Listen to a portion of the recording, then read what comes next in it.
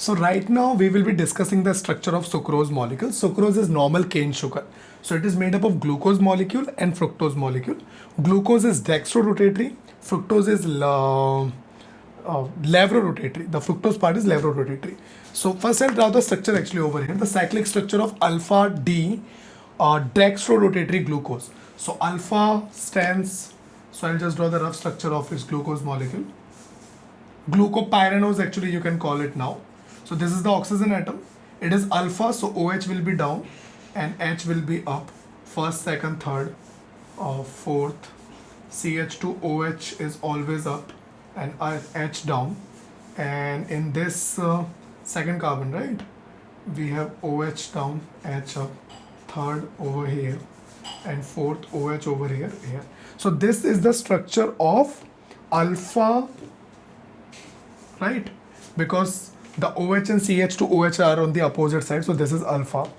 And capital D, because of the resemblance with glyceraldehyde molecule, the OH, the last chiral carbon, the OH is on the right hand side in the chain structure. And it is dextrorotatory, that is the property to rotate the light in clockwise direction. And it is glucopyranose. Glucopyranose. So this structure combines with beta form. Beta, capital D, levorotatory, fructofuranose. Fructofuranose, you can call it. So I'll draw the structure now. So this thing is made up of 5 carbon, right? This is carbon number 2 basically. In this it is a beta form, so OH will be up, CH2OH will be down. First carbon, second carbon, third carbon.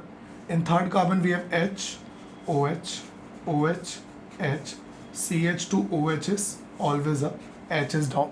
Now CH2OH of carbon number 5 and OH over here of carbon number 2 of ketone group is on the same side.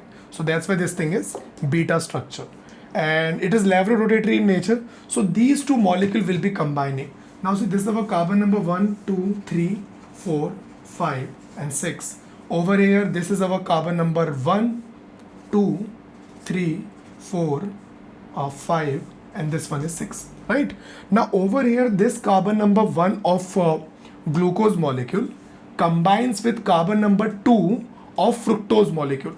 Now what happened over here is this carbon number 1 basically is of aldehyde group and this carbon number 2 is of the ketone group. So when they combine together, the aldehyde and ketone group will be forming a bond between them. So that's why this is the example of non-reducing sugar. It will not give you this Tollens test over there. Most carbon number 1 and carbon number 2 over here are engaged over here, right, together. So this is the example of non-reducing sugar. And also we call it for the inverted sugar because sucrose, the structure that I'll be drawing now, is basically dextrorotatory molecule.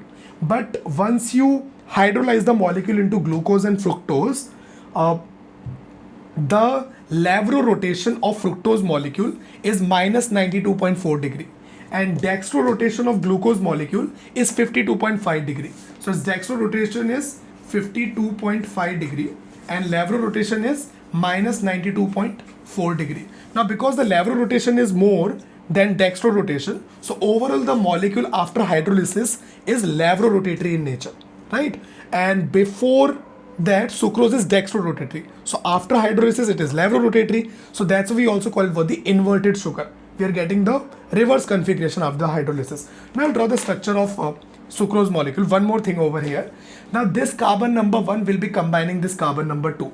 So if you want to combine this carbon number 1, the OH of carbon number 1 will be forming a bond between OH of carbon number 2. So if you want that bond to happen, we have to what? Laterally invert this molecule. So whenever you do this lateral rotation, these molecules also will get reversed. In 3, the OH will come down, H will go up. Same thing 4, the configuration will get reversed, and same thing happen with carbon number 5. Because if we are inverting the molecule like this laterally, then the vertical component also will get flipped together. So I'll just draw the structure over here.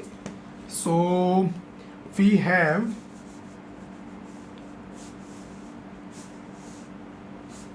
there is no change on this part, right? So just this OH will be combining this OH and this OH. One water molecule will get reduced from this OH and this OH, and only one O will be left. OH and H, water will get removed. Only this O will be the bond between this glucose and fructose molecule. Now this is what attached to carbon number 2 over here. So I'll first draw this structure. Okay, so this is the part over here, and this is the oxygen atom, and this is carbon number 2 now. In carbon number 2, once you've reversed this part, so this structure will get flipped. So this will go on top. CH2OH will go on top. In carbon number 3, this is carbon number 3 now. So H will go up and OH will go down. At carbon number 4, again reverse will happen. OH will go up and H will come down. And at carbon number 5 also, it will get flipped. So CH2OH I get down and H over here. Because once you are laterally inverting the molecule, the vertical flip also should be there, right? So total 360 degree you can say. And this structure will remain just like this only. So we have H, OH over at carbon number 2, OH and H over here, H and OH over here, and of course CH2OH and H over here. This is the example of cane sugar, right? C12H22O11. This is the structure, cane sugar. So overall this molecule is dextrorotatory, but after the hydrolysis, as I've explained, we get fructose and glucose molecule. This entire molecule you can actually call it what simply alpha D glucose you can call it, right?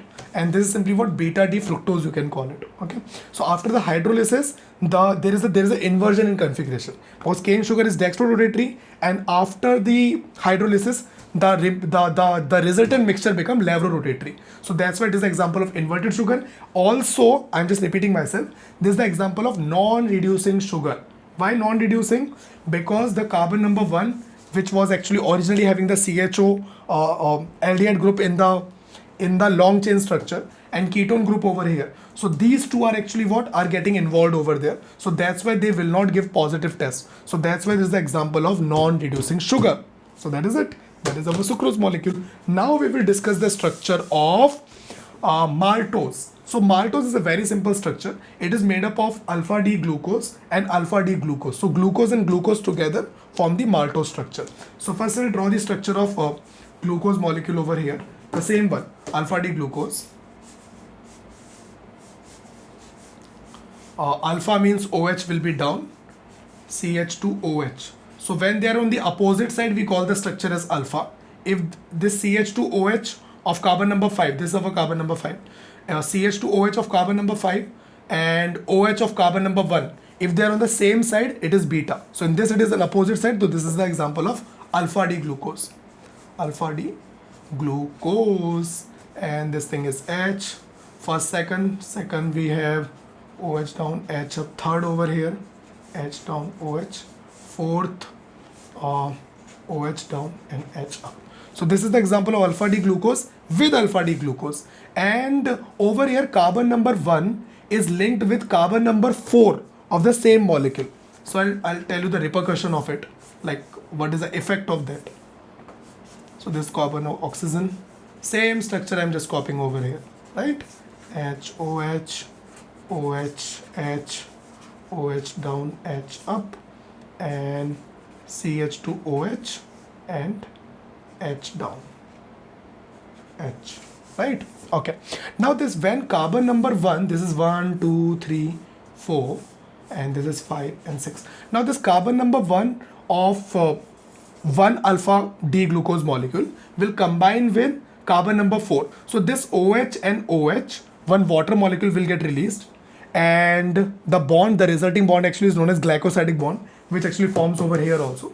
This is the example of glycosidic bond. So we have many glycosidic bond.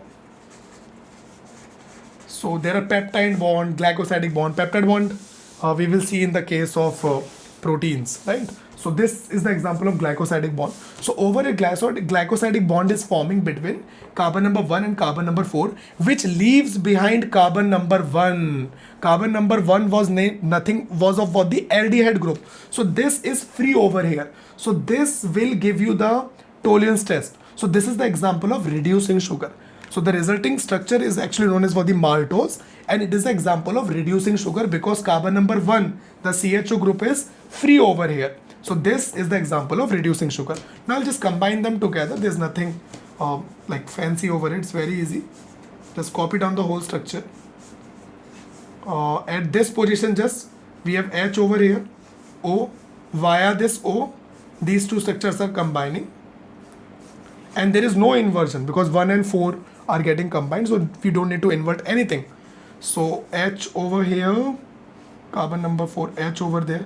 From this OH and this OH, one water molecule will get removed and they get attached to this O. Again, this is the example of glycosidic bond. Glycosidic bond.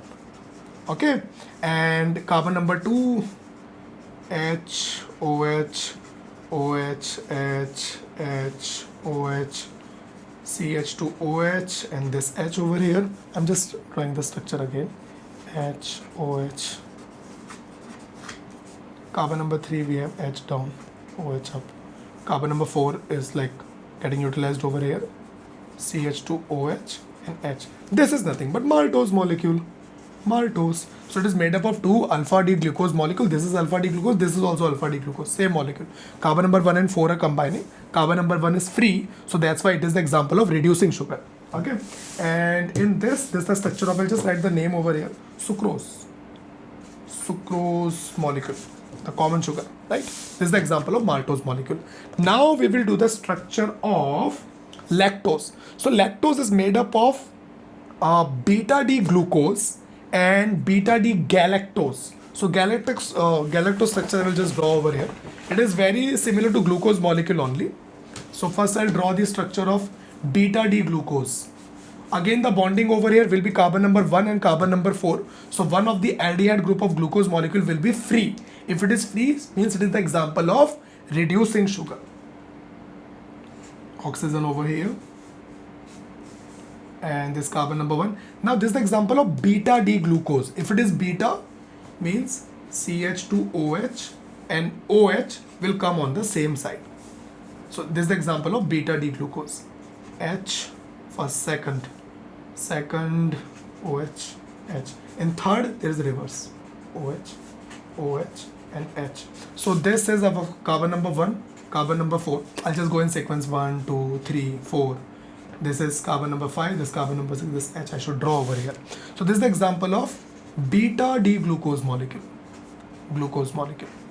Okay, and this will be combining with galactose molecule, and that to be right, beta D galactose. So what is galactose molecule? Because this structure we haven't seen it earlier, so I'll just draw it right away over here. It is exactly same. It is exactly same as glucose, just at carbon number 4 the configuration is reversed. Otherwise it is exactly same. So I'll draw the structure of O. Now as promised, the structure is same. OH, H, carbon number 2, H, OH, carbon number 3, OH and H. Just at carbon number 4, we have the reverse of glucose, OH and H. This minor change make this molecule different, right? So that this is what tell us actually the position is really important. Formula is of course important, but it doesn't reveal much information about the molecule. So we need this thing. So this is galactose. So what is the basic difference between them? Just carbon number 4, there is flip, there is reverse in the configuration. So of course this is example of they are of course isomers. Now this carbon number 1 over here will be combining with carbon number 4 of glucose molecule. So one OH and H will get removed, one water molecule will get removed, and from this oxygen molecule these two will get attached. So again this is the example of glycosidic bond. I'll draw the resultant structure over here. In the meantime I'll just add the name of the compound. We are trying to draw what? Lactose over here. Lactose, some people are lactose intolerant. This is present in the milk, right? In milk protein it is present. On milk protein it is present in milk. So I'll draw the combined, the net structure over here. This oxygen, this H is like this oxygen. First I'll draw this structure now.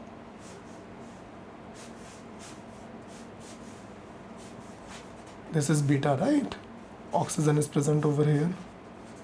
H, OH, OH, H. Now this H is there. This H was at top. So this is the glycosidic bond. This is the glycosidic bond over here. Rest of the structure you just have to copy.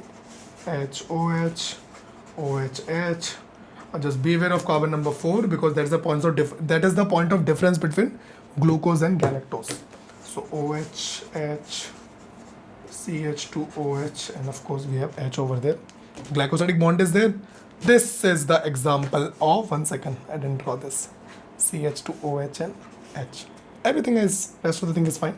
This is the example of lactose molecule made up of beta D galactose and beta D glucose. Again, the carbon number 1 over here is free, so it will give us Tollien's test. So this is again the example of reducing sugar. So the 3 sugar molecules we have seen so far, the lactose, example of reducing